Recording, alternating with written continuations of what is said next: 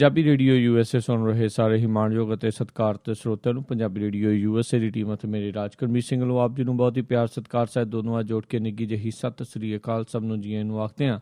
ਸੋ ਤੇ ਪ੍ਰੋਗਰਾਮ ਖਬਰ ਤੇ ਨਜ਼ਰ ਦੇ ਵਿੱਚ ਆਪ ਸਭ ਦਾ ਸਵਾਗਤ ਹੈ। ਅੱਜ 25 ਮਈ ਦਿਨ ਬੁੱਧਵਾਰ ਤੇ ਸਾਡੇ ਸਵੇਰ ਦੇ ਖਬਰ ਤੇ ਨਜ਼ਰ ਪ੍ਰੋਗਰਾਮ ਦੇ ਵਿੱਚ ਇਸ ਟਾਈਮ ਸਾਡੇ ਨਾਲ ਜੁੜ ਚੁੱਕੇ ਨੇ ਮਿੰਟੂ ਗੁਰੂਸਰੀਆ ਜੀ। ਮਿੰਟੂ ਜੀ, ਜੀ ਆਇਆਂ ਨੂੰ ਪਿਆਰ ਭਰੀ ਨਿੱਘੀ ਸਤਿ ਸ੍ਰੀ ਅਕਾਲ।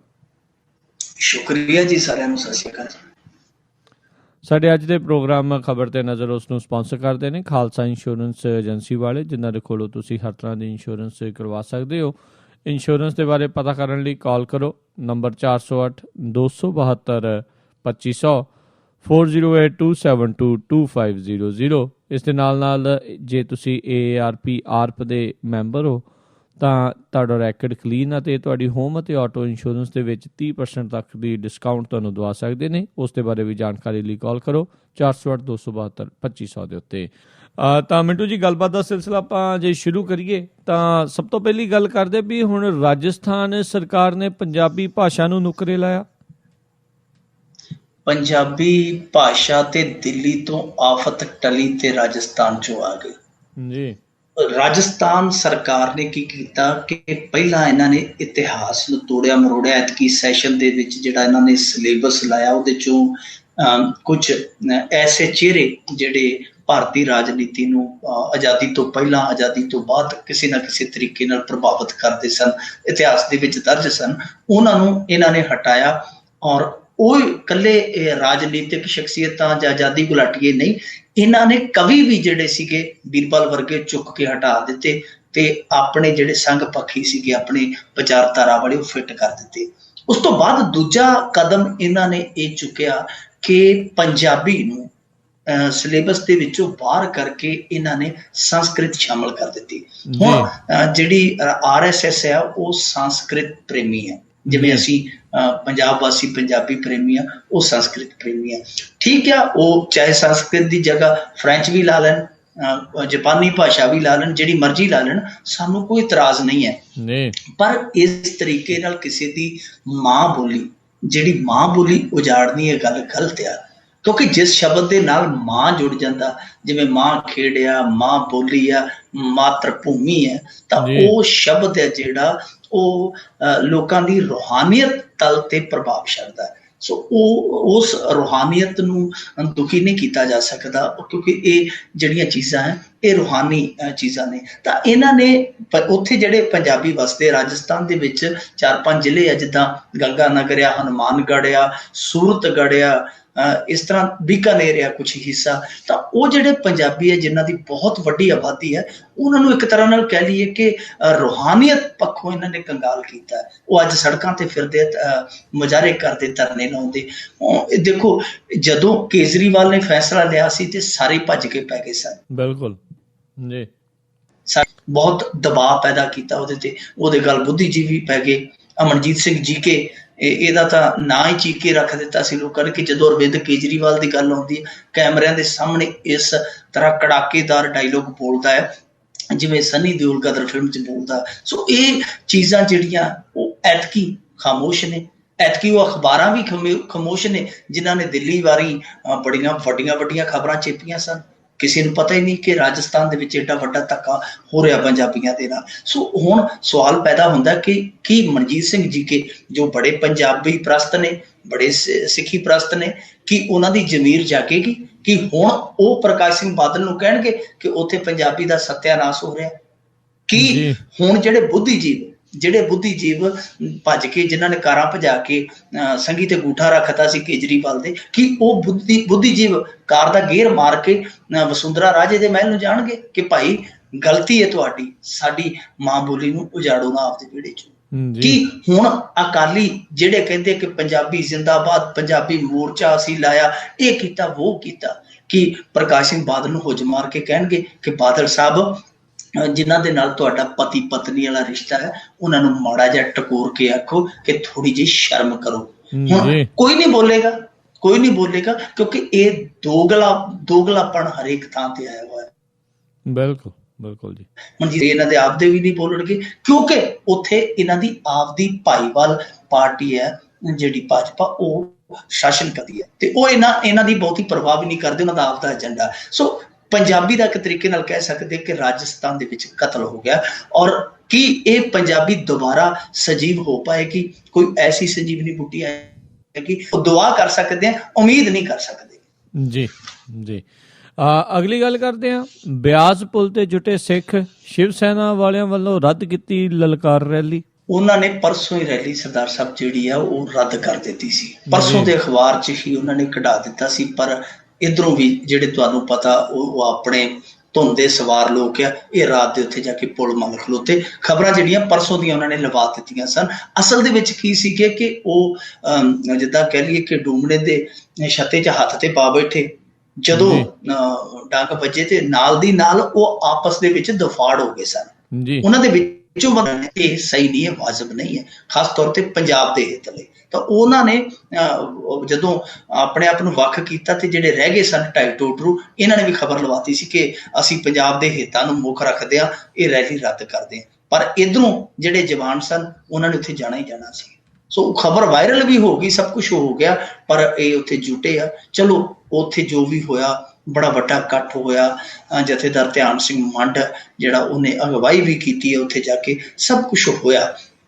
ਪਰ ਮਸਲਾ ਇਹ ਹੈ ਕਿ ਇਹ ਨੌਬਤ ਹੀ ਕਿਉਂ ਆਈ? ਇੱਥੇ ਜੇ ਕੋਈ ਸੁਰਜੀਤ ਸਿੰਘ ਜੀ ਝਗੜ ਪੈਣ, ਪਿੰਡ ਵਾਲਾ ਜਾ ਕੇ ਕੋਈ ਸਰਪੰਚ ਹੀ ਕਹਿ ਦੇ, ਪੰਚ ਹੀ ਕਹਿ ਦੇ, ਹੋਰ ਨਹੀਂ ਤੇ ਉਹਨਾਂ ਦੇ ਘਰੋਂ ਹੀ ਕੋਈ ਕਹਿ ਦੇ ਕਿ ਦੋਨੇ ਆਪਸ ਦੇ ਵਿੱਚ ਜੇ ਡਾਂਗੋ ਡਾਂਗੀ ਹੋ ਗਏ ਤੇ ਬੜਾ ਖਲਾਰਾ ਖੱਲਰ ਜਾਣਾ ਹੈ।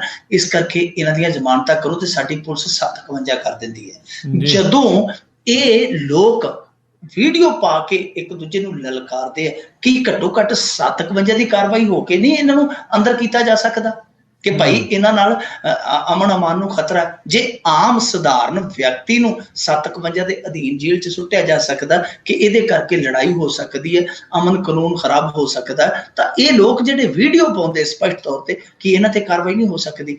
ਬਜਰੰਗ ਦਲ ਵਾਲਿਆਂ ਨੇ ਬਰਾਬਰ ਫੌਜ ਦੇ ਜਿੱਦਾਂ ਬਰਾਬਰ ਟ੍ਰੇਨਿੰਗ ਕੈਂਪ ਲਾ ਦਿੱਤੇ, ਅੱਜ ਉਹਨਾਂ ਦੇ ਵੀ ਪਰਚਾ ਦਰਜ ਹੋ ਗਿਆ। ਦੇਖੋ ਉਹਨਾਂ ਦੀ ਕੇਂਦਰ 'ਚ ਸਰਕਾਰ ਹੈ RSS ਵਾਲਿਆਂ ਦੀ, ਫਿਰ ਵੀ ਪਰਚਾ ਦਰਜ ਹੋ ਗਿਆ।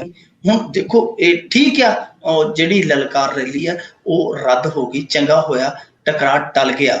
ਪਰ ਖੁਦਾ ਨਾ ਖਾਸਤਾ ਜੇ ਉਹ ਵੀ ਆ ਜਾਂਦੇ, ਜਿਵੇਂ ਇਹ ਪੁੱਜ ਕੇ ਗਏ ਸਨ, ਉੱਥੇ ਪਿਆਸਾ ਜਿਹੜਾ ਸੀ ਉਹ ਰੱਤ ਦਾ ਪਿਆਸਾ ਬਣ ਜਾਣਾ ਸੀ। ਉਹ ਪੰਜਾਬ ਦੇ ਹਿੱਤ 'ਚ ਨਹੀਂ, ਕਿਉਂਕਿ ਰੱਤ ਦਾ ਰੰਗ ਹੈ ਜਿਹੜਾ ਹਰ ਇੱਕ ਦਾ ਲਾਲ ਆ, ਔਰ ਜਾਨ ਹੈ ਜਿਹੜੀ ਹਰੇਕ ਦੀ ਉਹ ਅਣਮੋਲ ਆ, ਉਹਦਾ ਕੋਈ ਮੁੱਲ ਨਹੀਂ। ਦੂਜੀ ਗੱਲ ਹੈ, ਜਿਹੜੇ ਲਲਕਾਰ ਰੈਲੀ ਕੱਢਦੇ ਫਿਰਦੇ ਆ, ਇਹਨਾਂ ਨੂੰ ਸ਼ਰਮ ਨੂੰ ਹੱਥ ਮਾਰਨਾ ਚਾਹੀਦਾ। ਜਿਨ੍ਹਾਂ ਦੇ ਖਿਲਾਫ ਤੁਸੀਂ ਲਲਕਾਰ ਰੈਲੀ ਕੱਢਣ ਜਾ ਰਹੇ ਹੋ, ਤੁਹਾਨੂੰ ਸਮਝਣਾ ਚਾਹੀਦਾ ਕਿ ਉਹਨਾਂ ਦੇ ਪੁਰਖਿਆਂ ਨੇ ਤੁਹਾਡੇ ਦੇਸ਼ ਦੀ ਪੱਤ ਲਈ, ਤੁਹਾਡੇ ਦੇਸ਼ ਦੀ ਗੱਤ ਲਈ ਸਿਰ ਦਿੱਤੇ ਆ। ਤੁਹਾਨੂੰ ਤੇ ਸਤਿਕਾਰ ਰੈਲੀ ਕੱਢਣੀ ਚਾਹੀਦੀ ਹੈ, ਤੁਹਾਨੂੰ ਤੇ ਧੰਨਵਾਦ ਰੈਲੀ ਕੱਢਣੀ ਚਾਹੀਦੀ ਉਹਨਾਂ ਦੀ। ਤੁਸੀਂ ਤੇ ਭਾਵੇਂ ਮੱਸਿਆ ਦੀ ਮੱਸਿਆ ਰੈਲੀ ਕੱਢੋ, ਉਹ ਵੀ ਥੋੜੀ ਹੈ ਜੋ ਉਹਨਾਂ ਦੇ ਗੁਰੂਆਂ ਨੇ ਤੁਹਾਡੇ ਲਈ ਕੀਤਾ, ਤੁਹਾਡੀ ਕੌਮ ਲਈ ਕੀਤਾ, ਔਰ ਤੁਹਾਡੇ ਸਿਆਣੇ ਲੋਕ ਉਹਨਾਂ ਦੀ ਕਦਰ ਵੀ ਕਰਦੇ, ਤੁਹਾਨੂੰ ਵੀ ਕਰਨੀ ਚਾਹੀਦੀ ਹੈ। ਔਰ ਇਹ ਸਾਰਾ ਜਿਹੜਾ ਨਿਰੋਲ ਸਿਆਸਤ ਹੈ, ਕਿਉਂਕਿ ਦਿਹਾੜਾ 6 ਜੂਨ ਦਾ ਆ ਰਿਹਾ, ਉਹਦੇ ਮੱਦੇ ਨਜ਼ਰ ਇਹਨਾਂ ਨੇ ਕੀਤਾ ਸੀ। ਪਰ ਇਹਨਾਂ ਨੂੰ ਸੋਚਣਾ ਚਾਹੀਦਾ, ਤੁਹਾਡਾ ਲੋਕ ਨਾਇਕ ਜਿਹੜਾ ਆ ਉਹ ਨਥੂਰਾਮ ਗੌਂਡਸੇ ਆ, ਇੱਧਰੋਂ ਲੋਕ ਨਾਇਕ ਹੈ ਜਿਹੜਾ ਸੰਤ ਜਰਨੈਲ ਸਿੰਘ ਭਿੰਡਰਾਂਵਾਲਾ ਹੈ। ਤੁਸੀਂ ਉਹਦਾ ਦਿਹਾੜਾ ਮਨਾਉਂਦੇ ਹੋ, ਕੋਈ ਇਤਰਾਜ਼ ਨਹੀਂ ਕਰਦਾ। ਜੇ ਇਹ ਮਨਾਉਂਦੇ ਆ ਤੇ ਤੁਹਾਨੂੰ ਜਿਹੜਾ ਢਿੱਡ 'ਚ ਵੱਟ ਪੈਂਦਾ। ਸੋ ਤੁਸੀਂ ਉਹਦਾ ਦਿਹਾੜਾ ਮਨਾਈ ਜਾਓ ਜਿਹਨੂੰ ਤੁਸੀਂ ਹੀਰੋ ਮੰਨਦੇ ਹੋ, ਇਹ ਉਹਦਾ ਦਿਹਾੜਾ ਮਨਾਈ ਜਾਣ ਜਿਹਨੂੰ ਇਹ ਹੀਰੋ ਮੰਨਦੇ ਆ। ਇਹ ਜਿਹੜਾ ਇਹ ਖੇਡ ਆ, ਇਹ ਅੱਗ ਨਾਲ ਖੇਡਣਾ ਛੱਡ ਦੇਣਾ। ਜੀ ਜੀ, ਬਿਲਕੁਲ ਬਿਲਕੁਲ। ਮਿੰਟੂ ਜੀ, ਅੱਗੇ ਵੱਧਦੇ ਹਾਂ ਵੀ 11 ਰੁਪਏ 'ਚ ਮਿਲ ਰਿਹਾ ਪਾਪਾਂ ਤੋਂ ਮੁਕਤੀ ਦਾ ਸਰਟੀਫਿਕੇਟ। ਇਹ ਸਾਡੇ ਮੁਲਕ ਦੀਆਂ ਅਜੀਬੋ ਗਰੀਬ ਪ੍ਰਥਾਵਾਂ ਨੇ, ਅਜੀਬੋ ਗਰੀਬ ਪਰੰਪਰਾਵਾਂ ਨੇ, ਕਈ ਹਾਸੋਹੀਣੀਆਂ ਨੇ। ਇਹ ਰਾਜਸਥਾਨ ਦੇ ਵਿੱਚ ਇੱਕ ਧਾਰਮਿਕ ਸਥਾਨ ਜਿਹਦੇ ਸਰੋਵਰ ਦੇ ਵਿੱਚ ਕਹਿੰਦੇ ਟੁੱਬੀ ਲਾਇਆ ਤੋਂ ਪਾਪਾ ਤੋਂ ਮੁਕਤ ਹੋ ਜਾਂਦਾ ਬੰਦਾ। ਔਰ ਇਹ ਨਹੀਂ ਟੁੱਬੀ ਲਾ ਕੇ ਇਕੱਲਾ ਪਾਪਾ ਤੋਂ ਮੁਕਤ ਹੀ ਨਹੀਂ ਹੁੰਦਾ, ਜੇ ਕੋਈ 11 ਰੁਪਏ ਫੀਸ ਭਰੇ ਤੇ ਉਹਨੂੰ ਨਾਲ ਸਰਟੀਫਿਕੇਟ ਵੀ ਮਿਲਦਾ ਕਿ ਭਾਈ ਜਿੱਥੇ ਮਰਜ਼ੀ ਵਿਖਾ ਦੀ, ਗਾਂ ਜਾ ਕੇ ਧੁਰ ਦਰਗਾਹ ਦੇ ਵਿੱਚ ਤੇਰੀ ਸੀਟ ਪੱਕੀ ਹੋਏਗੀ। ਸੋ 11 ਰੁਪਈਆਂ ਦੇ ਵਿੱਚ ਸੀਟ ਵੀ ਬੁੱਕ ਹੁੰਦੀ ਹੈ ਸੁਰਗਾਂ ਦੀ ਉੱਥੇ। ਤਾਂ ਇਹ ਦੇਖਣ ਵਾਲੀ ਗੱਲ ਆ ਕਿ ਜਿਹੜੀ 11 ਰੁਪਈਆਂ 'ਚ ਰੱਖਿਆ, ਇਹ ਬਹੁਤਾ ਸਸਤਾ ਸੌਦਾ ਨਹੀਂ। ਔਰ ਸ਼ਾਇਦ ਇਹੀ ਕਾਰਨ ਆ ਮੁੜ ਕੇ 11 ਰੁਪਈਆਂ ਦਾ ਚੜਾਵਾ ਚੜਾ ਕੇ ਤੇ ਸਭੇ ਪਾਪ ਧੋਤੇ ਜਾਣਗੇ। ਸੌਦਾ ਹੀ ਖਰਾ ਹੈ, ਸੌਦਾ ਹੀ ਸਸਤਾ ਹੈ।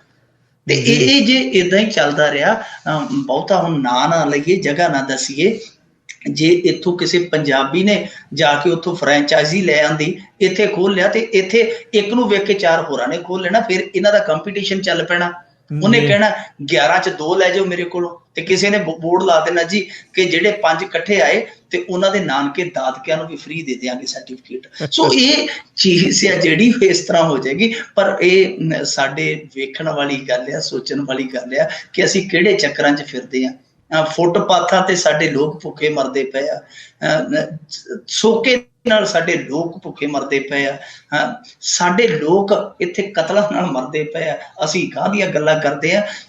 ਕਹਿੰਦੇ ਹੁੰਦੇ ਆ ਨਾ ਕਿ ਇਹ ਜੱਗ ਮਿੱਠਾ ਅਗਲਾ ਕਿਹਨੇ ਡਿੱਠਾ। ਇਹ ਜੱਗ ਨੂੰ ਮਿੱਠਾ ਬਣਾਉਣ ਦੀਆਂ ਕੋਸ਼ਿਸ਼ਾਂ ਕਰੋ। ਨਰਕ ਸੁਰਗ ਜਿਹੜਾ ਬਾਅਦ ਦੀਆਂ ਗੱਲਾਂ, ਜਿਉਣਾ ਤੇ ਚੱਜ ਨਾਲ ਇੱਕ ਵਾਰੀ ਉਹ ਤੇ ਕਰ ਲੋ ਤੈ। ਬਿਲਕੁਲ ਬਿਲਕੁਲ ਸਹੀ ਗੱਲ ਜੀ। ਬੰਦਾ ਹੋਰ ਹੀ ਪਾਸੇ ਨੂੰ ਤੁਰੇ ਹੋਏ ਨੇ। ਪੰਜਾਬ ਸਰਕਾਰ ਨੇ ਕਈ ਵਿਭਾਗ, ਬਿਜਲੀ ਵਿਭਾਗ ਦੇ ਡਿਫਾਲਟਰ, ਪੰਜਾਬ ਸਰਕਾਰ ਦੇ ਜਿਹੜੇ ਵਿਭਾਗ ਆ ਉਹ ਪਾਵਰਕਾਮ ਦੇ ਦੇਣਦਾਰ ਆ। ਤੇ ਜਿਹੜਾ ਬਿਜਲੀ ਮਹਿਕਮਾ, ਇਹਨਾਂ ਨੇ 2 ਮਹਿਕਮੇ ਬਣਾ ਦਿੱਤੇ ਸਨ। ਬਿਜਲੀ ਬੋਰਡ ਜਿਹੜਾ ਉਹ ਅੱਡ ਕਰ ਦਿੱਤਾ ਤੇ ਪਾਵਰਕਾਮ ਹੈ ਜਿਹੜਾ ਅੱਡ ਕਰ ਦਿੱਤਾ। ਤੇ ਪਰ ਵਿਚਾਰਾ ਪਾਵਰਕਾਮ ਹੈ ਜਿਹੜਾ ਖੁਦ ਹਜ਼ਾਰਾਂ ਕਰੋੜ ਦਾ ਕਰਜ਼ਾਈ ਹੈ, ਯਾਨੀ ਉਹਨੇ ਅੱਗੋਂ ਲੈਣੇ ਆ ਤੇ ਅੱਗੇ ਦੇਣੇ ਆ। ਬੋਝ ਕਰਜ਼ੇ ਦਾ ਇੰਨਾ ਆ ਕਿ ਉਹ ਲੜਖੜਾਉਂਦਾ ਤੁਰਦਾ। ਵਿਚਾਰਾ ਤੁਰਦੇ ਤਾਂ ਹੈ, ਪਰ ਉਹ ਜਿਵੇਂ ਤੁਰਦਾ ਹੈ ਨਾ ਉਹ ਹੀ ਜਾਣਦਾ, ਕਿਉਂਕਿ ਜੇ ਨਹੀਂ ਤੁਰਦਾ ਤੇ ਪਿੱਛੋਂ ਡੰਡੇ ਦਾ ਡਰ ਆ। ਉਹ ਜਿਵੇਂ ਢੱਗਾ ਹੁੰਦਾ ਨਾ ਜੀ, ਟੀਚਕ ਟੀਚਕ ਕਰਦਾ, ਬਸ ਉਹ ਟੀਦਾ। ਮਿਸਾਲ ਆ ਕਿ ਉਹਨੇ 530 ਕਰੋੜ ਰੁਪਈਆ ਜਿਹੜਾ ਪੰਜਾਬ ਸਰਕਾਰ ਦੇ ਵੱਖ-ਵੱਖ ਵਿਭਾਗਾਂ ਤੋਂ ਲੈਣਾ ਵਾ, 530 ਕਰੋੜ। ਔਰ ਇਹਦੇ ਵਿੱਚ ਪਬਲਿਕ ਹੈਲਥ, ਜਿਹਨੂੰ ਜਨ ਸਿਹਤ ਕਹਿ ਦਿੰਦੇ ਆ, ਇਕੱਲੇ ਉਸ ਮਹਿਕਮੇ ਤੋਂ 252 ਕਰੋੜ ਰੁਪਈਏ ਲੈਣਾ ਵਾ। ਇਹਨਾਂ ਨੂੰ ਤਾਂ ਮਾਫ ਹੀ ਕਰ ਦੇਣਾ ਚਾਹੀਦਾ। ਇਹ ਤੇ ਵਿਚਾਰਾ ਮਹਿਕਮਾ ਜਿਹੜਾ ਇਸੇ ਲਾਇਕ ਹੈ ਕਿ ਇਹਨੂੰ ਮਾਫੀ ਦੇ ਦੇਣੀ ਚਾਹੀਦੀ ਆ। ਸਿੰਚਾਈ ਵਿਭਾਗ ਹੈ ਜਿਹੜਾ ਉਹ 65 ਕਰੋੜ ਦਾ ਕਰਜ਼ਾਈ ਆ। ਇਸ ਤਰ੍ਹਾਂ ਕੋਈ ਮਹਿਕਮਾ ਬਚਿਆ ਹੀ ਨਹੀਂ ਜਿਹੜਾ ਕਰਜ਼ਾਈ ਨਹੀਂ ਹੈ। ਹੁਣ ਦੇਖੋ, ਇੱਕ ਮਹਿਕਮਾ ਜਿਹੜਾ ਬਿਜਲੀ ਮਹਿਕਮਾ, ਉਹਦੇ ਪੱਲੇ ਇੰਨੇ ਮਹਿਕਮੇ ਪਾਏ ਹੋਏ ਆ ਕਿ ਚਲਾਈ ਚੱਲੋ ਕੰਮ ਇਹਦੇ ਤੋਂ, ਤੇ ਕਿੰਨਾ ਕੁ ਚਿਰ ਚੱਲੇਗਾ। ਸੋ ਇਹ ਡੰਗ ਟਪਾਊ ਜਿਹੜੀਆਂ ਨੀਤੀਆਂ ਉਹ ਬੇੜਾ ਗਰਕ ਕਰ ਰਹੀਆਂ ਇਹਨਾਂ ਅਦਾਰਿਆਂ ਦਾ। ਇਹ ਦੇਖੋ PRTC ਹੈ ਜਿਹੜੀ, ਹੁਣ ਉਹਦੇ ਬਾਰੇ ਖਬਰ ਉਹਨਾਂ ਨੂੰ ਦੇਣੀ ਹੁੰਦੀ ਹੈ ਰਾਇਤ, ਹਰੇਕ ਸਾਲ ਦੀ ਜਿਹੜੀ ਮਾਲੀ ਸਹਾਇਤਾ ਦੇਣੀ ਹੁੰਦੀ ਹੈ, ਉਹ ਜੁੜ ਕੇ ਕਰੀਬ 80-90 ਕਰੋੜ ਦੀ ਬਣ ਗਈ। ਕਈ ਸਾਲਾਂ ਤੋਂ ਦਿੱਤੀ ਨਹੀਂ, ਤੇ ਜੇ ਦਿੱਤੀ ਇਹਨਾਂ ਨੇ ਰੌਲਾ ਰੱਪਾ ਪਿਆ ਸਿਰਫ 20 ਕਰੋੜ। ਹਾਲੇ ਵੀ ਬਹੁਤ ਵੱਡੀ ਰਕਮ ਹੈ ਜਿਹੜੀ ਉਹ ਉਹਨਾਂ ਦੀ ਬਕਾਇਆ ਪਈ ਹੈ। ਆਪ PRTC ਦਾ ਬਕਾਇਆ ਪਿਆ। ਸੋ ਇਹ ਜਿਹੜੀਆਂ ਡੰਗ ਟਪਾਊ ਨੀਤੀਆਂ ਇਹਨਾਂ ਨੇ ਬੇੜਾ ਗਰਕ ਕਰ ਦਿੱਤਾ। ਔਰ ਪਾਵਰਕਾਮ ਨੂੰ ਥੋੜਾ ਜਿਹਾ ਹੁਣ ਸੰਭਲਣਾ ਚਾਹੀਦਾ ਕਿ ਇਹ ਜਿਹੜੇ ਬਿੱਲ ਬਕਾਇਆ ਪਏ ਆ, ਇਹ ਉਹ ਘਰ ਨੇ ਜਿਨ੍ਹਾਂ ਨੇ ਪਿਆਰ ਨਾਲ ਨਹੀਂ ਦੇਣੇ। ਜਿਵੇਂ ਸਾਡੇ ਵਰਗਿਆਂ ਦੇ ਘਰ ਅੱਗੇ ਆ ਕੈਂਟਰ ਖਲੋਂਦਾ ਕਿ ਪੱਟੋ ਮੀਟਰ, ਜੇ ਨਹੀਂ ਦਿੰਦੇ, ਜੇ ਨਹੀਂ ਭਰਦੇ ਜੁਰਮਾਨਾ, ਜੇ ਨਹੀਂ ਭਰਦੇ ਲੇਟ ਜੁਰਮਾਨਾ, ਤੇ ਸਾਰਾ ਕੁਝ ਕਰੋ। ਤੇ ਇਹ ਥੋੜੀ ਜਿਹੀ ਸਖਤੀ ਕਰਨੀ ਪਵੇਗੀ ਸਰਕਾਰ ਦੇ ਨਾਲ ਵੀ ਕਿ ਬਿੱਲ ਸਾਡੇ ਜਿਹੜੇ ਉਹ ਕੀਤੇ ਜਾਣ, ਤਾਂ ਕਿ ਥੋੜਾ ਜਿਹਾ ਕਰਜ਼ੇ ਦਾ, ਭਾਵੇਂ ਵੈਸੇ ਕਰਜ਼ਾ ਇੰਨਾ ਕਿ ਊਠ ਤੋਂ ਜੇ ਛਾਨਣੀ ਲਾ ਦਈਏ, ਊਠ ਨੂੰ ਕੋਈ ਬਹੁਤਾ ਫਰਕ ਨਹੀਂ ਪੈਂਦਾ। ਇਹ ਊਠ ਦੇ ਛਾਨਣੀ ਬਰੋਬਰ ਹੈ ਕਰਜ਼ਾ ਜੋ ਇਹਨਾਂ ਨੇ ਦੇਣਾ ਪਾਵਰਕਾਮ ਨੇ। ਪਰ ਫਿਰ ਵੀ ਪਾਵਰਕਾਮ ਨੇ ਜਿਹੜਾ ਪੈਸਾ ਲੈਣਾ ਉਹ ਉਹਦਾ ਹੱਕ ਦਾ, ਉਹਦਾ ਬਣਦਾ, ਔਰ ਦੇਣਾ ਚਾਹੀਦਾ ਸਰਕਾਰ ਨੂੰ। ਜੀ ਜੀ। ਤੇ ਅੱਗੇ ਵਧਦੇ ਹਾਂ ਮਿੰਟੂ ਜੀ। ਵੀ ਹਾਈ ਕੋਰਟ ਦੇ ਵਿੱਚ ਰਿਟ ਆ, ਨੇਤਾਵਾਂ ਦੇ ਝੂਠ ਵਾਅਦਿਆਂ ਤੇ ਰੋਕ ਲੱਗੇ। ਇਹ ਵੈਸੇ ਹੋ ਨਹੀਂ ਸਕਦਾ। ਜੇ ਸੋਚੋ, ਇਮੈਜਿਨ ਕਰੋ ਕਿ ਜੇਕਰ ਸਾਡੇ ਲੀਡਰਾਂ ਦੇ ਕੋਲੋਂ ਲਾਰੇ ਖੋਲੇ ਜਾਣ, ਝੂਠ ਖੋਲੇ ਜਾਣ, ਬਚੇਗਾ ਕੀ? ਉਹ ਜਿਵੇਂ ਉਹ ਸਤਿੰਦਰ ਸਰਤਾਜ ਦਾ ਗਾਣਾ ਨਾ ਜੀ, ਉਹ ਹਣਾ ਪਟਿਆਲੇ ਵਿੱਚੋਂ ਜੇ ਪੈਗ ਕੱਢ ਦਈਏ ਪਿੱਛੇ ਕੀ ਬਚਦਾ, ਉਹ ਉਸ ਤਰੀਕੇ ਦਾ ਕਿ ਫਿਰ ਇਹਨਾਂ ਦੇ ਪਿੱਛੇ ਕੀ ਬਚੇਗਾ ਨਾ ਜੀ।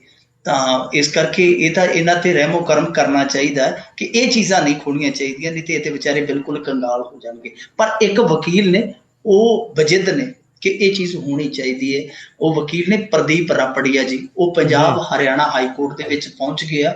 ਉਹਨਾਂ ਨੇ ਅਪਰੋਚ ਕੀਤਾ ਅਦਾਲਤ ਨੂੰ। ਉਹ ਕਹਿੰਦੇ ਕਿ ਜੇਕਰ ਇਹ ਜਿਹੜੇ ਲੀਡਰ ਆ ਲਾਰੇ ਲਾ ਕੇ ਵੋਟ ਲੈਂਦੇ ਆ ਤੇ ਪਿੱਛੋਂ ਮੁੱਕਰਦੇ ਆ, ਤਾਂ ਕਿਉਂ ਨਾ ਇਹਨਾਂ ਨੂੰ ਕਾਨੂੰਨੀ ਕਾਰਵਾਈ ਦੇ ਘੇਰੇ ਚ ਲਿਆ ਜੀ। ਬਿਲਕੁਲ ਹੋ ਸਕਦਾ ਕੋਈ ਨਾ ਕੋਈ ਰਾਹ ਨਿਕਲ ਆਵੇ, ਪਰ ਇਹ ਹੋ ਸਕਦਾ ਕਿਉਂਕਿ ਸਾਡੇ ਇੱਥੇ ਭਾਰਤ ਦੇ ਵਿੱਚ ਕੀ ਹੈ ਜੀ ਕਿ ਜਿਹੜੀਆਂ ਭਰਮਾਊ ਮਸ਼ਹੂਰੀਆਂ ਉਹਨਾਂ ਤੇ ਇੱਕ ਕਾਨੂੰਨ ਲਾਗੂ ਹੁੰਦਾ ਹੈ।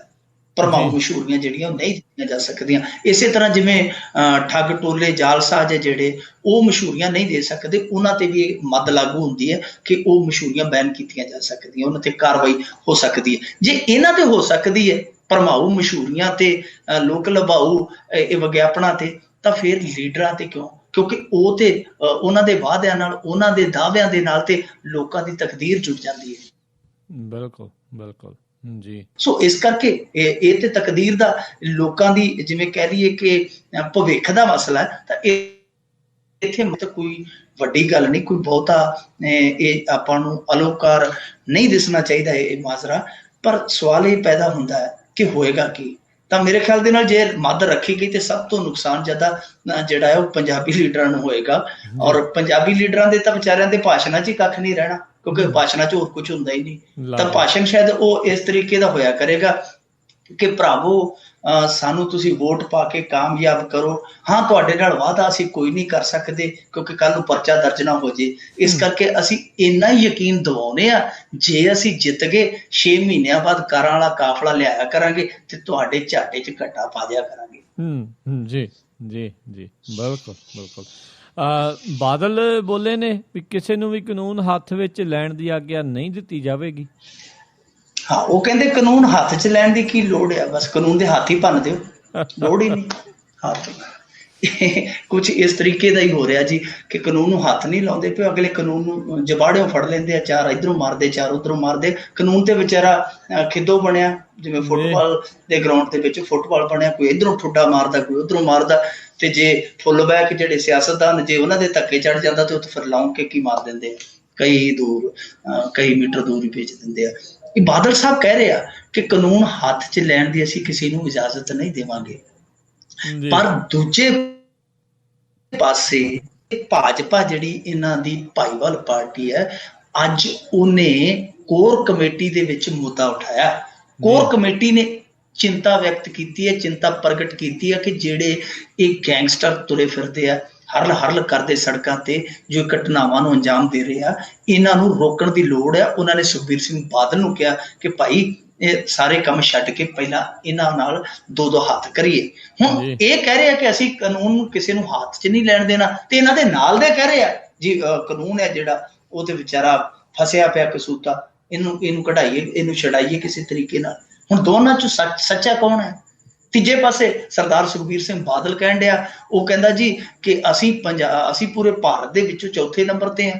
ਉਹ ਪਤਾ ਨਹੀਂ ਕਿੱਥੋਂ ਆંકੜੇ ਕੱਢ ਲਿਆਉਂਦੇ, ਜਿਵੇਂ ਅੱਗੇ ਨਸ਼ੇ ਵਾਲੇ ਕੱਢ ਲਿਆਏ ਸੀ। ਕਹਿੰਦੇ ਜੀ ਅਸੀਂ ਚੌਥੇ ਨੰਬਰ ਤੇ। ਤੁਸੀਂ ਇਹ ਵੇਖੋ, ਤੁਸੀਂ ਖੇਤਰਫਲ 'ਚ ਹੈ ਕਿੱਡੇ ਕੁ ਆ, ਦਿੱਲੀ ਜਿੱਡੇ ਹੋ ਤੁਸੀਂ। ਮਹਾਰਾਸ਼ਟਰ ਹੈ ਜਿਹੜਾ, ਉਹਦੇ ਵਿੱਚ ਤੁਹਾਡੇ ਤੋਂ ਵੱਡਾ ਕੱਲਾ ਬੰਬੇ ਆ ਜਾਂਦਾ।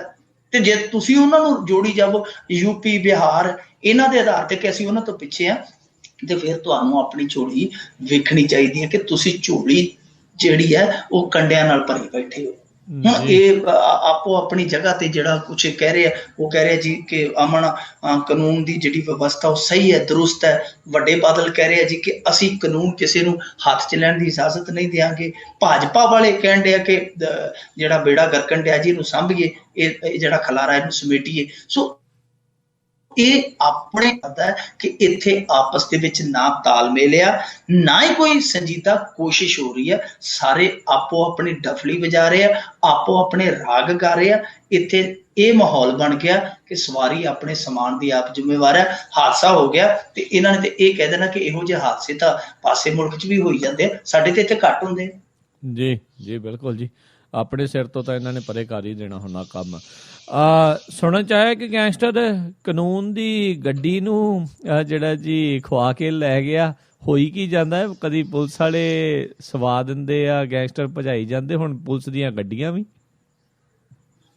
ਹੱਥ ਪੁਰਾਣੇ ਖੌਂਸੜੇ ਬਸੰਤੇ ਹੋ ਰਹੀ ਆਏ, ਉਹੀ ਕੁਝ ਹੋ ਗਿਆ ਜੀ। ਲੈਣ ਗੰਗਾ ਜਲ ਗਏ ਸੀ, ਲੈ ਕੇ ਆ ਗਏ ਰੇਤਾ। ਇਹ ਹੁਣ ਇਹ ਦੇਖੋ ਹੋਇਆ ਕੀ ਹੈ। ਬੜਾ ਫਨੀ ਤੇ ਬੜਾ ਫਿਲਮੀ ਸਟਾਈਲ ਵਾਲਾ ਸੀਨ ਆ ਕਿ ਇੱਕ ਲੁੱਟ ਹੁੰਦੀ ਹੈ ਮੋਗੇ ਦੇ ਵਿੱਚ 60 ਲੱਖ ਦੀ। ਉਹਦੇ ਸੰਬੰਧ ਦੇ ਵਿੱਚ ਇਹ ਬੁੱਟਰ ਕਲਾਂ ਦੇ ਵਿੱਚ ਇੱਕ ਗੈਂਗਸਟਰ ਨੂੰ ਫੜਨ ਜਾਂਦੇ, ਮਨਪ੍ਰੀਤ ਉਹਦਾ ਨਾਂ ਸੀ। ਉਹਦੇ ਘਰ ਗੇਟ ਜਿਹੜਾ ਲੱਗਾ ਸੀ ਉਹ ਬੰਦ ਸੀ। ਇਹਨਾਂ ਨੇ ਕੀ ਕੀਤਾ, ਗੱਡੀ ਬਾਹਰ ਖੜੀ ਕਰ ਦਿੱਤੀ। ਕੰਧ 7-8 ਫੁੱਟ ਦੀ ਕੰਧ ਸੀ, ਮਾਰੀਆਂ ਛਾਲਾਂ ਤੇ ਟੱਪ ਗਏ। ਜਦੋਂ ਉਹਨਾਂ ਨੂੰ ਪਤਾ ਲੱਗਾ, ਉਹਨਾਂ ਨੇ ਅੰਦਰੋਂ ਫਾਇਰ ਸ਼ੁਰੂ ਕਰ ਦਿੱਤਾ। ਕੋਈ ਖੁਰਲੀ ਚ ਲੱਗ ਗਿਆ, ਕੋਈ ਇੱਧਰੋਂ ਭੱਜ ਗਿਆ, ਕੋਈ ਉੱਧਰ। ਇਹਨਾਂ ਨੂੰ ਆਪਦੇ ਭਾਅ ਦੀ ਬਣ ਗਈ। ਉਹਨਾਂ ਨੇ ਕੀ ਕੀਤਾ ਕਿ ਉਹਨਾਂ ਦੇ ਪਿਛਲੇ ਪਾਸੇ ਦਰਵਾਜ਼ਾ ਸੀ ਤੇ ਉਹ ਪਿਛਲੇ ਪਾਸਿਓਂ ਨਿਕਲ ਕੇ ਮੋਹਰਲੇ ਦਰਵਾਜ਼ੇ ਦੇ ਕੋਲ ਆ ਗਏ। ਉੱਥੇ ਗੱਡੀ ਜਨਾਬ ਹੋਰੀ ਸਟਾਰਟ ਹੀ ਕਰੀ ਖੜੇ ਸੀ। ਉਹਨਾਂ ਨੇ ਮਾਰਿਆ ਗੇਅਰ, ਉਹ 9-2-11 ਹੋ ਗਏ। ਜਿੰਨਾ ਚਿਰ ਨੂੰ ਇਹ ਬਾਹਰ ਨਿਕਲੇ ਕਿ ਬਣ ਕੀ ਗਿਆ, ਉਹਨਾਂ ਚਿਰ ਨੂੰ ਗੱਡੀ ਦੀ ਜਿਹੜੀ ਧੂੜ ਰੋਡੀ ਸੀ ਉਹ ਵੀ ਬਹਿ ਗਈ। ਇਹ ਥਾਣੇਦਾਰ ਦਾ ਨਾਂ ਸੀ ਭਾੜਾ ਸਿੰਘ। ਮੁੜ ਕੇ ਦੁਨੀ ਦੇ ਪਹਾੜੇ ਪੜੀ ਜਾਵੇ ਕਿ ਬਣ ਕੀ ਗਿਆ। ਪਰ ਸਵਾਲ ਇਹ ਪੈਦਾ ਹੁੰਦਾ ਕਿ ਥਾਣੇਦਾਰ ਇਸ ਗੈਂਗਸਟਰ ਨੂੰ ਫੜਨ ਗਿਆ ਸੀ ਜਾਂ ਗੱਡੀ ਮੰਗ ਵੀ ਦੇਣ ਗਿਆ ਸੀ ਕਿ ਭੱਜ ਲਾ ਬਾਈ, ਗੱਡੀ ਲੈ ਜਾ ਤੇ ਨਿਕਲ ਲਾ, ਕੰਮ ਖਰਾਬ ਹੋ ਗਿਆ। ਤੇ ਇਹ ਜਿਹੜਾ ਭਾੜਾ ਸਿੰਘ ਆ, ਇਹ ਪਹਿਲਾਂ ਵੀ ਕਈ ਪਹਾੜੇ ਪੜ ਚੁੱਕਿਆ। 2 ਵਾਰੀ ਗੱਡੀ ਇਹ ਪਹਿਲਾਂ ਵੀ ਆਪਦੀ ਖਵਾ ਚੁੱਕਾ। ਇਹਨੇ ਇੱਕ ਵਾਰੀ SSP ਦੇ ਦਫ਼ਤਰ ਮੂਹਰੇ ਗੱਡੀ ਖਿਲਾਰੀ, ਉੱਥੋਂ ਕੋਈ ਲੈ ਗਿਆ। ਮੁੜ ਕੇ ਕਈ ਦਿਨਾਂ ਬਾਅਦ ਉਹ ਰਾਜਸਥਾਨ ਚੋਂ ਗੱਡੀ ਬਰਾਮਦ ਹੋਈ। ਤੇ ਇੱਕ ਤੇ ਕਮਾਲ ਹੀ ਹੋ ਗਈ, ਕਿਸੇ ਕੈਦੀ ਨੂੰ ਇਹਨੇ ਛੱਡਣ ਜਾਣਾ ਸੀ, ਹੱਥ ਕੜੀ ਲੱਗੀ ਸੀ ਤੇ ਆਪਦੀ ਨਿੱਜੀ ਗੱਡੀ ਚ ਲਈ ਜਾਂਦਾ ਸੀ। ਉਹਨੇ ਇਹਦੇ ਨਾਲ ਕੀਤੀ ਚੁਸਤ ਚਲਾਕੀ ਤੇ ਹੱਥ ਕੜੀ ਲੱਗੀ ਚੋਂ ਇਹਦੀ ਗੱਡੀ ਲੈ ਗਿਆ। ਫਿਰ ਭਾੜਾ ਸਿੰਘ ਫਿਰ ਵੀ ਨੌਕਰੀ ਤੇ ਜਿਹੜਾ ਉਹ ਨੌਕਰੀ ਤੇ ਪਹਾੜ ਤੇ ਚੜ ਗਿਆ। ਕਮਾਲ ਦੀ ਗੱਲ ਹੈ ਕਿ 2 ਵਾਰੀ ਜਿਹੜੇ ਥਾਣੇਦਾਰ ਤੋਂ ਗੱਡੀ ਖਵਾਈ ਗਈ, ਉਹਨੂੰ CA ਸਟਾਫ ਦਾ ਫਿਰ ਇਹਨਾਂ ਨੇ ਇੰਚਾਰਜ ਲਾ ਦਿੱਤਾ। ਤੇ ਜਿਹੜੀ ਐਤਕੀ ਗੱਡੀ ਲੈ ਕੇ ਗਿਆ ਸੀ, ਉਹ ਦੱਸਦੇ ਕੋਈ ਗੱਡੀ ਕਿਸੇ ਕੇਸ ਦੇ ਵਿੱਚ ਜ਼ਬਤ ਕੀਤੀ ਸੀ, ਉਹ ਗੱਡੀ ਵੀ ਇਹਨਾਂ ਦੀ ਆਪਦੀ ਨਹੀਂ ਸੀ। ਹੁਣ ਇਹ ਚਾਰੇ ਪਾਸੇ ਘਿਰ ਗਏ ਆ। ਪਰ ਸਵਾਲ ਇਹ ਪੈਦਾ ਹੁੰਦਾ ਜੀ ਕਿ ਜੇ ਪਹਾੜਾ ਸਿੰਘ ਵਰਗੇ ਥਾਣੇਦਾਰ ਗੈਂਗਸਟਰ ਫੜਨ ਜਾਂਦੇ ਆ, ਭੇਜਦੇ ਆ, ਤਾਂ ਫਿਰ ਸਾਨੂੰ ਸੋਚ ਲੈਣਾ ਚਾਹੀਦਾ ਕਿ ਗੈਂਗਸਟਰ ਜਿਹੜੇ ਆ ਉਹ ਐਡੀ ਜਲਦੀ ਨਹੀਂ ਮੁੱਕਣਗੇ। ਹਾਂ, ਆ ਜਿਹੜੇ ਥਾਣੇਦਾਰ ਵਿਚਾਰੇ ਭਾੜਾ ਸਿੰਘ ਵਰਗੇ ਬੱਚੇ ਆ, ਇਹ ਛੇਤੀ ਅੰਦਰ ਟਿਕਾਣੇ ਲੱਗ ਜਾਣਗੇ, ਵਿਲੇ ਲੱਗ ਜਾਣਗੇ। ਜੀ ਜੀ, ਬਿਲਕੁਲ ਬਿਲਕੁਲ। ਤੇ ਅੱਗੇ ਆਪਾਂ ਵਧਦੇ ਹਾਂ। ਆਪ ਦੇ ਆਗੂ ਦੇ ਪਿਓ ਨੂੰ ਅਕਾਲੀ ਦਲ ਨੇ ਬਣਾਇਆ PAC ਦਾ ਮੈਂਬਰ। ਇਹਨਾਂ ਦਾ ਬਹੁਤ ਵੱਡਾ ਇੱਕ ਨੇਤਾ ਆ, ਆਮ ਆਦਮੀ ਪਾਰਟੀ ਦਾ, ਕਿੰਗਰਾ ਸਾਹਿਬ ਨੂੰ ਕਹਿੰਦੇ, ਫਰੀਦਕੋਟ ਤੋਂ ਨੇ। ਉਹਨਾਂ ਦਾ ਪੂਰਾ ਨਾਮ ਹੈ ਹਰਦੀਪ ਸਿੰਘ ਕਿੰਗਰਾ ਜੀ। ਉਹ ਤੇਜ਼ ਤਰਾਰ ਬੁਲਾਰੇ ਨੇ ਕਾਫੀ ਔਰ ਨੇਤਾ ਆ। ਉਹਨਾਂ ਦੇ ਬਾਪ ਟਹਿਲ ਸਿੰਘ ਨੂੰ ਇਹਨਾਂ ਨੇ PAC ਦਾ ਮੈਂਬਰ ਜਿਹੜਾ ਨਿਯੁਕਤ ਕਰ ਦਿੱਤਾ ਹੈ। ਯਾਨੀ ਇਹਨਾਂ ਦੀ ਐਗਜ਼ੀਕਿਊਟਿਵ ਜਿਹੜੀ ਮੈਂਬਰ ਹੁੰਦੀ ਹੈ, ਕਮੇਟੀ ਹੁੰਦੀ ਹੈ, ਉਹਦਾ ਮੈਂਬਰ ਤੈਅ ਕਰ ਦਿੱਤਾ।